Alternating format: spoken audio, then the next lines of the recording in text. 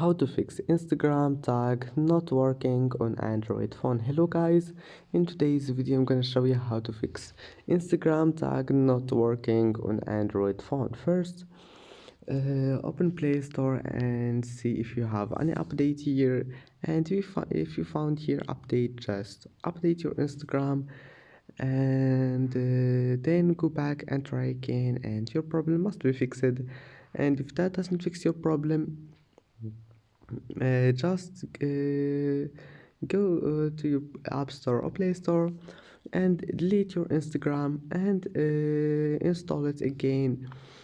And if that also doesn't fix it, now just turn off Wi-Fi and turn it on again and restart your phone and try again. And I hope that can fix your problem. Don't forget like and subscribe, and see you in the next video.